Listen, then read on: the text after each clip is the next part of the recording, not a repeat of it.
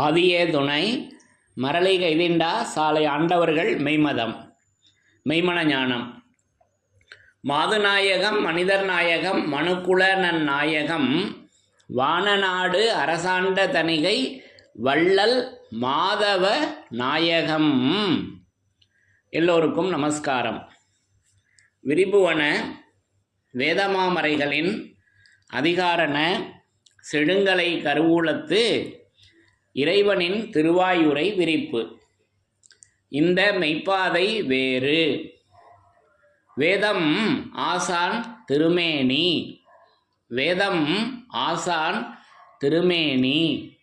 வேதத்தை ஓதினாலே புண்ணியம். வேதங்கள் பூராவும் தித்திக்கின்றன. வேத ஏட்டில் எழுதியுள்ளதை படிப்பதன் பயன் இறைவனை காண்பதுதான். வேத கலைவாணி உன் நாவில் இருக்கும்படி உன் நாவை நீட்டி அகட்டி வேதனாவாக வளர்க்க வேண்டும் என்பதுவே இறைவனின் எண்ணம். வாடாத கண்ணி வயது பத்தான ஏடான கலைமகள். கலைமகள் வாசம் செய்யும் நாவினை உடையவர்களே மறைமொழி மாந்த. அவர்களே என் ஆசான். ஓதுமதி வேதகலைவாணி எந்தன் உளம் குளிர நாவில் நின்று முழங்கும் காப்பே. கலைமகள் பேசுவது முதல் நூல், அது ஆதியனாகிய முதல்வர் பேசுவது.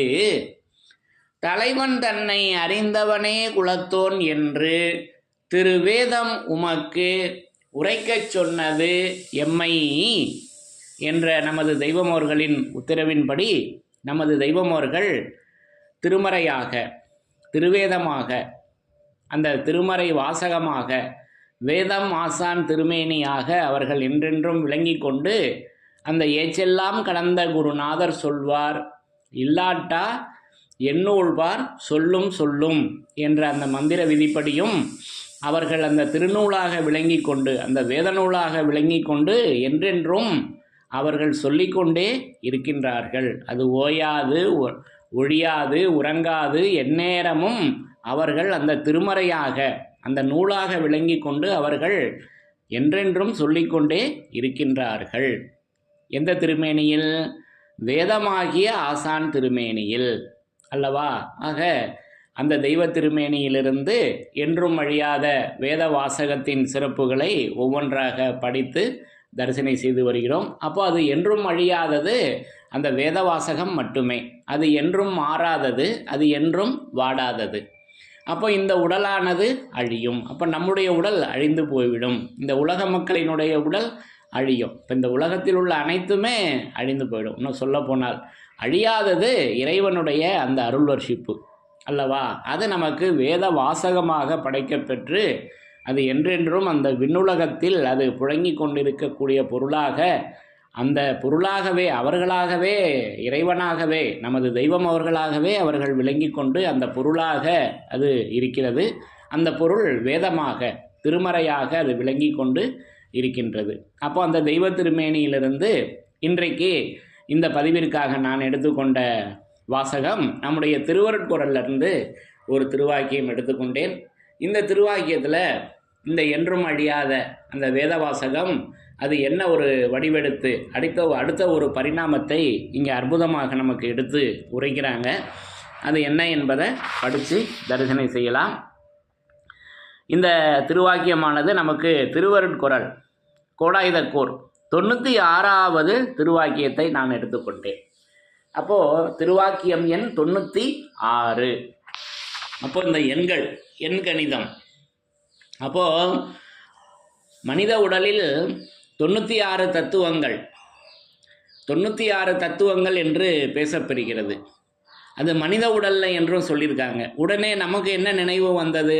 பொதுவாக யதார்த்தமாக என்றால் உடனே நம்மளுடைய மாமிச தேகத்துக்கு வந்துட்டோம். இந்த மனித உடலில் 96 தத்துவங்கள் இருக்குது அப்படின்னு. சரி, அந்த 96 தத்துவங்கள் அப்போது அது எப்போ 100 ஆகணும் அப்படின்னா அதற்கு இன்னும் 4 எண்கள் தேவைப்படுகிறது. அப்போ அது 100 என்றால் பிரகாசம் என்ற ஒரு பொருளும் இருக்கல்லவா? பதம் பூத்த அருங்குரசி குளம் பூத்த யானூரி அது பூத்தரும் வேதமே என்று நமக்கு குருமணி மாலையில் தெய்வம் அவங்க பேசி வர்றாங்க. அப்போ அந்த நூரி, அப்போ அந்த நூர் அதுதான் ஜஹான், நூர் ஜஹான் என்ற நாமங்கள்லாம் இஸ்லாத்தில் எடுத்து வச்சுருக்காங்கல்லவா. அப்போ அந்த நூர், அது நூறு என்றால் பிரகாசம், அது 100. அது எப்போ 100 ஆகுது அப்படின்னா அதற்கு 4 வேணும். அப்போ அந்த 4 எப்படி, அது 4 வந்தால் தான் 100 ஆகுது, இந்த 96 என்பது அல்லவா. அப்போ அந்த 4 என்பது அதை நான் எப்படி உணர்கிறேன், அதை எப்படி நான் விளங்கி கொண்டிருக்கிறேன் என்றால் 4 வேதங்களாக அந்த இறை சொரூபம். அப்போ அது முன்காலங்களில் அது ரிக்கு யஜூர் சாம அதர்வன வேதங்களாகவும், அது சபூர் தௌராத் இன்ஜில் புர்கான், சபூர் தௌராத் இன்ஜில் புர்கான் என்ற அந்த 4 வேதங்களாகவும், இன்றைக்கு நம்முடைய இந்த மரளிகைதீண்டா சாலை ஆண்டவர்கள் மெய்மதத்தில் அது ஆதிமை உதயபூரண வேதாந்தமாகவும் ஆதி மான்மியமாகவும் யமபடர் அடிபடு கோடாயுதக்கூர் திருவருட்குரல் திருமெஞ்ஞான குரல் என்ற 4 வேதங்களாகவும் அந்த 4 தத்துவங்களும் அந்த 96ஓடு சேரும் பொழுது அந்த 100 என்ற அந்த எண்கணிதம் அது நமக்கு இப்படி அது எனக்கு கிடைத்திருக்கிறது, இப்படி நான் அதை உணர்கிறேன். அப்போ அந்த 96வது திருவாக்கியத்தின் அந்த 96வது தத்துவம் அது எப்படி இருக்கிறதுல நமக்கு இங்கே அழியாதது எப்படி இருக்கிறது என்பதை அற்புதமாக நமக்கு இந்த திருவாக்கியத்தில் தெய்வம் அவங்க அந்த அருள்வர்ஷிப்பை எடுத்து வழங்கியிருக்காங்க. அது என்ன என்பதை படித்து தரிசனை செய்யலாம். பிரம்மோதய மெய்வழிச்சாலை ஆண்டவர்கள் திருவாக்கியம். சாதிகளின் கர்த்தாவே. திருவருட்குரல் திருவாக்கியம் எண் 96, பக்கம் எண் 99, பழைய அச்சு நூல். நமது சொந்த தேகம். பாருங்க, அப்போ நம்ம தாயினுடைய கருவறையிலிருந்து வெளியாகி இப்போ ஒரு தேகம் எடுத்திருக்கோம். இதுதான் நம்முடைய சொந்த தேகம் என்று நம்ம பொதுவாக எண்ணிக்கொண்டு இருக்கோம் அல்லவா. அப்போது இங்கே நம்மளுடைய சொந்த தேகம் எது என்பதை இங்கே நல்லா கொடுக்குறாங்க. அப்போ நம்ம நினச்சிக்கிட்டு இருக்க இந்த தாயினுடைய கருவறையிலிருந்து வெளியாகி நம்ம எடுத்திருக்க இந்த மாமிச தேகமானது இது ஒரு வாடக தேகம்தான் என்பது நல்லா உணர வருது. எப்பன்னா சொந்த தேகத்தை விளங்கி கொண்ட பிறகு அது அற்புதமாக கொடுக்குறாங்க. அடுத்ததே அந்த அழியாதது எப்படி இருக்கிறது என்பதையும் இங்கே சொல்லிட்டாங்க. அப்போ நமது சொந்த தேகம் அழியாதது, அனாதியானது. பாருங்க, எப்பேற்பட்ட அருளோர்ஷிப்பு. ஒரே வரியில் அதை சுருட்டி மடக்கி திரட்டி மகா நுணுகிய வடிவினுக்கும் அப்பால் அந்த நுணுகிய நுட்ப வடிவில் இங்கே கொடுத்துட்டாங்க. நம்முடைய சொந்த தேகம் நம்ம தாயினுடைய கருவறையில் எடுத்து வந்திருக்கோம் அல்லவா, இது அல்லங்க. இறைவன் தீர்ப்பு வழங்கிட்டாங்க. ஆனால் நம்ம என்ன நினச்சிக்கிட்டு இருக்கோம், நம்ம எதை பற்றி பேசிக்கிட்டு இருக்கோம் விஞ்ஞானத்தில்? இன்னும் இந்த மாமிச தேகத்தை பற்றியே தானே நம்ம பேசிக்கிட்டு இருக்கோம். அப்போ நேற்றைய பகுதியில் அகில மனுக்குல ஜென்மசாபல்ய எச்சரிக்கை பரிசில் அந்த இறை சொரூபமே ஒரு தூள திருமேனி தாங்கி அந்த தூள திருமேனியே நகல் உடம்பு என்று அவர்கள் அருளியிருக்காங்க. இப்போ இதெல்லாம் நேற்று விரிவாக எடுத்து பேசணும். ஏற்கனவே வேதத்தின் சிறப்புகள்லையும் அதெல்லாம் நம்ம எடுத்து பேசியிருக்கோம் அல்லவா. அப்போ அவர்களுடைய அந்த தூள திருமேனியே நகல் உடம்பு என்று சொல்லியிருந்தா, அப்போ நம்ம உடம்பு மட்டும் என்ன, நம்ம தாயினிடத்தில் எடுத்துகிட்டு வந்தால் நம்ம உடம்பு மட்டும் என்ன அசலாகவா இருக்கும்? இல்லையே. அப்போ இறைவனுக்கு மாற்றக்காரராக நம்ம மெஞ்ஞானத்தில் இந்த உடம்புல தான் இருக்குது, நம்ம தேகத்தில் தான் அந்த இறை சொரூபம் இருக்காங்க, இறை சொரூபம் இருக்குதுன்னு நம்ம பேசிக்கிட்டு இருக்கோமே, அது சரியா? இது கேள்வி எழும்புதல்லவா. அப்போ இவ்வாறு தூளத்தை உதறி இழந்து கைவிட்டு காணும். அப்போ இந்த ஒரு மந்திர வரி ஆதி மான்மியம் 99வது பக்கத்தில் வருதே. அப்போ நம்ம இந்த மாமிச தேகத்தை உதறி இழக்கணுமே, இதை கைவிட்டால் அல்லவா அந்த சொந்த தேகம் நமக்கு தெரியும். அதுதாங்க அழியாதது. இப்போ நேராக சொல்லிட்டாங்க பாருங்கள், நமது சொந்த தேகம் அழியாதது, அனாதியானது. அடுத்து கொடுக்குறாங்க, அதை பெறவே நாம் பிறந்தோம். பாருங்க, நம்ம இந்த மானிட பிறப்பு தாயினுடைய கருவறையிலிருந்து பிறந்த பிறப்பு எதுக்காகன்னா நம்முடைய சொந்த தேகத்தை பெறுவதற்குத்தான். அது அழியாதது, அது அனாதியானது. அப்போ அது அனாதியான மந்திரம். அப்போ அந்த அழியாதது அனாதியாக இருக்கிறது. நாதியற்றுன்னு சொல்லுவோம். நாதினா ஒருத்தருக்கும் இல்லாமல், ஒன்றும் இல்லாமல். அப்போ அகானா போட்டுட்டோம் அப்படின்னா அதற்கு எதிர்ப்பதம். அப்போ அது ஒன்றாக கூடியிருப்பது, ஒற்றுமையாக இருப்பது என்ற பொருள் வருது அல்லவா அந்த அனாதி. அப்போது அது அனாதியான மந்திரம் என்று சித்தர்கள் பாடல்கள் எல்லாம் சைவ சித்தாந்த நூல்களில் பேசி வர்றாங்க. அப்போ அது அனாதி என்பது மந்திரமாக அல்லவா இருக்கிறது. அது அல்லவா நம்முடைய சொந்த தேகம், அது அல்லவா அழியாதது. அதை பெறுவதற்காகத்தான் நாம் நம்முடைய தாயினுடைய கருவறையிலிருந்து பிறந்திருக்கிறோம். அப்போ நம்ம எடுத்திருக்க இந்த மாமிச தேகம் அல்ல நம்முடைய சொந்த தேகம். அப்போ இது ஒரு வாடகை தேகம். 100 ஆண்டுகள் வாடகைக்கு இருக்க வாடகை வீட்டில் தான் இப்போ நம்ம குடியிருக்கிறோம். அது 100 வருஷம்னு ஒரு கணக்கு இருந்தது. இப்போ 100 வருஷம் வாய்ப்பு இருக்கா? குறைஞ்சிக்கிட்டே இருக்கு. இப்போவெல்லாம் ஒரு 65 வயசு 70 வயசு இருந்தாலே பெரிய விஷயமா இருக்குது இன்றைய காலகட்டங்களில் அல்லவா. அப்போ வாடகை தேகம் நாம் இருப்பது இது வாடகை தேகம். ஆனால் நம்மளுடைய செயல்பாடு, என்னுடைய செயல்பாடு, என்னுடைய எண்ணங்கள்லாம் எதிலையே இருக்குது? இதுதான் சொந்த தேகம். இதில் தான் நம்ம என்றைக்கும் இருக்க போகிறோம். இந்த தேகம்தான் முக்தி அடைய போகுது. இந்த தேகத்தை அப்படியே இந்த தேகத்தோட நம்ம கைலாயத்துக்கு போக போகிறோம் அப்படின்லாம் நினைவு இருக்குது. அப்போது இது சாத்தியமா? அப்போது நம்முடைய நினைவல்லவா முக்தி அடைய போகிறது. தெய்வம் திருவாக்கியத்தில் சொல்லிட்டாங்களே. அப்போ நம்ம தூளம்னே நினச்சிக்கிட்டு இருக்கோம். நம்முடைய தூளம்தான் முக்தின்னு நினச்சிக்கிட்டு இருக்கோம். அப்போது நினைவுக்குத்தான் முக்தியே தவிர தூளத்திற்கு அல்ல. அப்போ இந்த தூளத்தை இங்கேயே நம்ம கழட்டி விட்டுட்டு தான் போக போகிறோம். அப்போ அதனால தான் தெய்வம் அவங்க சாகாக்கலை கிரந்தத்தில் பேசி வர்றாங்க, அந்த சவாரி இந்த தூளத்தில் அல்ல, இந்த தூளத்தை தோளில் தூக்கி கொண்டு போவது அல்ல. எவ்வளவு நேரம் பேசி வர்றாங்க அல்லவா. அப்போ நம்ம சொந்த தேகம் அது அழியாதது அல்லவா. அப்போ அந்த என்றும் அழியாத அந்த வேத வாசகம், அதாவது இந்த உலகத்தில் உனக்கு சிரசு எப்படியோ அப்படி போலவும் இன்னும் அதற்கும் மேலுமாக இருக்கும் இது என் மௌனதாரை, அழியாது நிச்சயம். அப்போ அந்த அழியாதது அந்த மௌனதாரை அல்லவா அழியாதது. அதல்லவா நம்முடைய சொந்த தேகம். அதுதானே நம்ம முதல் சிறப்பாக எடுத்து பார்த்தது, படித்து தரிசனம் செய்தது. அப்போது அதல்லவா நம்முடைய சொந்த தேகம். அப்போது அதனால தான் தெய்வம் அவங்க பிரசங்க பகுதியில் பேசி வர்றாங்க, நான் என்னுடையதும் உன்னுடையதுமான அசல் தெய்வத்தை காட்டி. பாருங்க, அந்த வாசகத்தை நல்லா கவனிக்கணும். அசலை காணீர் விட்டு விட்டீர் பகுதியில் பேசி வர்றப்ப, நான் என்னுடையதும் உன்னுடையதுமாகிய அசல் தெய்வத்தை காட்டி. நம்முடைய அசல் தெய்வம் மட்டும் இல்லை, தெய்வம் அவர்களுக்கும் ஒரு அசல் தெய்வம் இருக்கு அல்லவா. பாருங்க, நான் என்னுடையதும் உன்னுடையதுமாகிய அசல் தெய்வத்தை காட்டி அசல் பேசி அசல் விருப்பம் தந்து என்றெல்லாம் நமக்கு தெளிவாகத்தான் வேதமாமறையில் குறிப்பிட்டு வச்சுருக்காங்க. ஒரு குழப்பமும் இல்லை. குழப்பம்லாம் எங்கே இருக்குதுன்னாக்கா ஏன் மாமிச தேகத்தில் தான் இருக்குது குழப்பம் அல்லவா. இப்போ இந்த வித்தியாசங்களை நல்லா உணரணும். அப்போ அந்த அசல் தெய்வம், அப்போ அந்த அசலாக அவங்க விளங்கி கொண்டிருக்காங்க. அப்போ அந்த நமது சொந்த தேகம் அழியாதது, அனாதியானது, அதை பெறவே நாம் பிறந்தோம். அதற்காகத்தானே நம்ம பிறந்திருக்கிறோம். எது? இந்த சொந்த தேகம். இதல்லவா அழியாதது. அப்போ அழியக்கூடியது மற்றது அனைத்தும் அழிஞ்சிருங்க. இறைவனுடைய அருள் வர்ஷிப்பாகிய இந்த வேத வாசகத்தை தவிர மற்ற அனைத்தும் அழிந்துவிடும். மைசூர் மகாராஜா திருவாக்கியத்தில் பேசி வர்றாங்களே, இந்த உடலானது அழியும், ஆனால் நித்திய பொருளான உயிர் அழிவதில்லை அல்லவா. அப்போது அந்த உயிராக அந்த வேதவாசகம் விளங்கி கொண்டு இருக்குதுங்க. அப்போ என்சான் உடம்புக்கு சிரசே பிரதானம். அப்போ அந்த அழியாதது இறைவனுடைய மௌனதாரையாக இருக்குது. அதை தான் நம்ம முதல் சிறப்பாக படித்து தரிசனம் செய்தோம் அல்லவா.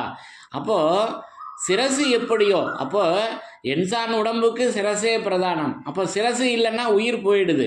இந்த மாமிச தேகத்திலேயே இப்போ உயிர் எங்கே இருக்குது? இந்த மாமிச தேகத்தில் இருக்கக்கூடிய அந்த மாமிச உடம்பினுடைய உயிர் சிரசில் இருக்குது, இருதயத்தில் இல்லை. நம்ம பள்ளிக்கூடத்தில் படிச்சிருக்க இருதயத்தில் நெஞ்சு பகுதியில் இல்லை, தலையில் தான் இருக்குது அல்லவா. அப்போ சிரசு போயிடுச்சுனாக்கா உயிரோடு இருக்க முடியுதா? இல்லை, முண்டமாயிடுறோம். முண்டமாயிடுதல்லவா, முண்டம் என்ற நாமம் வந்துடுதல்லவா. அப்போது இந்த அழிவுடலுக்கு எப்படி சிரசு எப்படி விளங்கி கொண்டிருக்கிறதோ அதை போல நமது தெய்வம் அவர்களின் அந்த மௌனதாரை சர்வலோகத்திலும் பெரிது, இது ஒன்றுதான் என்ற எமது ஊக்கமும் துணிச்சலுமே அந்த திருவுள்ளத்தில் வீட்டில் புகுத்தாட்டி அந்த மௌனதாரையை அது ஒன்றுதாங்க அடியாதது. இதை எடுத்து சொல்லுவதற்காகத்தான் இந்த பகுதி எடுத்தது அல்லவா. அப்போ இங்கே ஸ்பஷ்டமாக சொல்லிட்டாங்க, நமது சொந்த தேகம் அழியாதது, அனாதியானது, அதை பெறவே நாம் பிறந்தோம். ஊனக்கண்ணுக்கு பாருங்க, நம்மளுடைய கண், என்னுடைய கண் எப்பேற்பட்ட கண்ணுன்னா அது புண்ணு, அது கண்ணே இல்லை, அது புண்ணு. அது என்னன்னா அதில் இருக்குங்க ஊனம் பாருங்க. அப்போ ஊனதேகம், ஊனப்பிறப்பிலே பிறந்து ஊனதேகத்திலே இருப்பவனுக்கு எந்த காலத்தில் மெஞ்ஞானம் வரப்போகிறது? ஒரு காலும் வரப்போவதில்லை. இதெல்லாம் நம்ம ஏற்கனவே மாமிச தேகத்தின் லட்சணங்களில் படித்து தரிசனம் செய்திருக்கிறோம் அல்லவா. அப்போ இந்த கண்ணு ஊனமாக இருக்குதுங்க. அப்போ பாருங்கள், ஊனப்பிறவியில் தானே நம்ம இருக்கோம் அல்லவா. அப்போ உன் ஊனக்கண்ணுக்கு அறிய முடியாத, உன் ஊனக்கண்ணுக்கு அறிய முடியாத பொருளாக உன்பால் அது வைக்கப்பெற்றிருக்கிறது பாருங்க. அப்போ உன்பால் என்றதும் எங்கே வரணும்? நம்ம மாமிச தேகத்துக்கே வந்துக்கிட்டு இருக்கோம். நம்ம மாமிச தேகத்துக்கே வரக்கூடாது.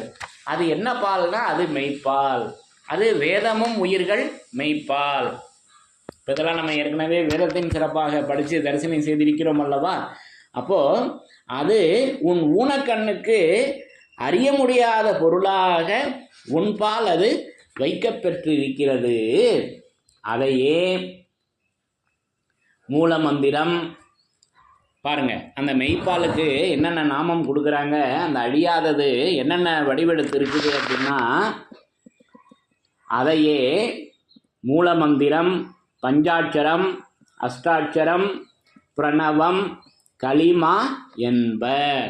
அப்போ இதுகாலம் சர்வமத வேத சிகரங்களாகி அந்த பிரணவம், பஞ்சாட்சரம், சடாட்சரம், அஷ்டாட்சரம், காயத்ரி, களிமா முதலிய உயிர் தோற்றத்தில் உலவுகின்ற அந்த மந்திரங்கள், அது மனித தூலத்தை நடமாட வைக்கின்ற மந்திரம் பாருங்க. அது மெய்வழி குபேர லட்சிய உச்சத்தில் கொடுக்குறாங்க. மனித தூலத்தை நடமாட வைப்பது அந்த மந்திரம். அப்போ அந்த மனித தூலம் என்றால் நம்ம நினச்சிக்கிட்டு இருக்க இந்த மாமிச உடம்பா?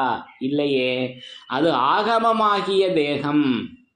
அது மெய்ப்பொய்யும் பிரித்து காட்டும் வேதமே தூலமாகும்.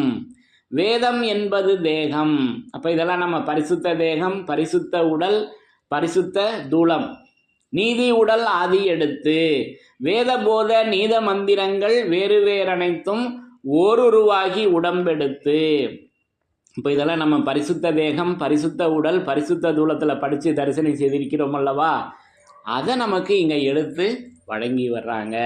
அப்போ அதையே மூலமந்திரம், பஞ்சாட்சரம், அஷ்டாட்சரம், பிரணவம், களிமா என்பர்.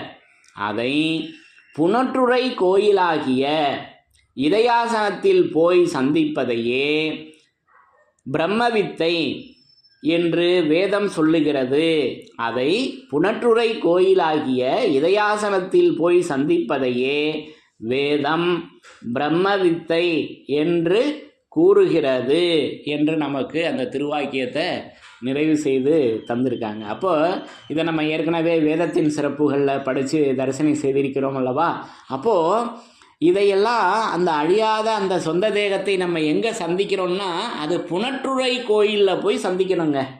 அங்கே தான் நம்ம சந்திக்கிறோம். அந்த இறைவனை எங்கே சந்திக்கிறோம் அப்படின்னா புனற்றுரை கோயில். அப்போது இதெல்லாம் மைசூர் மகாராஜா திருவாக்கியம் 14 அற்புதமாக பேசி வர்றாங்க. இந்த பிரம்மவித்தையின் பெரிய ரகசியங்களை தெரிவிக்கத்தான் கோவில்கள் உண்டாகின அப்படின்னு கோவில்கள் உண்டான வரலாறை தெய்வம் அவங்க அந்த ரகசியத்தை போட்டு உடைக்கிறாங்க. அப்போ இன்றைக்கி நம்ம இதெல்லாம் எங்கேருந்து தெரிஞ்சுக்கிறோம்? நம்முடைய வேதமாமறையிலேருந்து தெரிஞ்சுக்கிறோம். அப்போ இந்த வேதமாமறை அல்லவா அது கோவிலாக விளங்கி கொண்டிருக்கிறது, பொன்னரங்க தேவாலயமாக. இப்போ அந்த ஆழ பொன்னரங்கம் ஆழமாக, அந்த பொன்னரங்கம் ஆழமாக இருக்கிறது. ஆழம் அப்போ அந்த ஆலம் அது கல்லாலின் புடையமர்ந்து நான்மறை ஆரங்க முதல் கற்ற கேள்வி, பெரியோர்கள் பாடல். நமக்கு திருவருட்குறள் 293வது திருவாக்கியத்திலையும் பேசி வர்றாங்கல்லவா. அப்போது அந்த ஆலம் கல்வியாக இருக்குதுங்க. அந்த தேவாலயத்தில், அந்த புனற்றுறை கோயிலில் நம்ம இப்போ இறைவனை சந்திக்கிறோம். இப்படி நமக்கு இதை ஸ்பஷ்டமாக எடுத்து அந்த புனற்றுறை கோயிலை, அது புனலாகிய உரை. அப்போ அந்த உரை அது திருவாயுரையாக அல்லவா இருக்கிறது, அது திருவாய் மொழியாக அல்லவா இருக்கிறது, அது உரை கிளம்பவும் உள்ளமும் தித்திக்க செய்து வைக்கின்ற உரையாக அல்லவா அந்த கத்தியினுடைய அந்த நாவினுடைய உரையை விளங்கி கொண்டிருக்கிறது. இப்படி நான் அதை தரிசனை செய்கிறேன். அந்த புனற்றுறை கோயிலாகிய அந்த இதயாசனத்தில் போய் சந்திப்பதையே வேதம் பிரம்மவித்தை என்று கூறுகிறது. அப்போ அந்த சாகாக்கலை என்னும் பிரம்மவித்தையை மக்கள் உள்ளங்களில், அப்போ என்ன பிரம்மவித்தை என்றால் அந்த சாகாக்கலை தாங்க பிரம்மவித்தை. அப்போ இதை நமக்கு சாகாக்கலை கிரந்தத்தில் பேசி வர்றாங்கல்லவா, 2வது திருவாக்கியம்.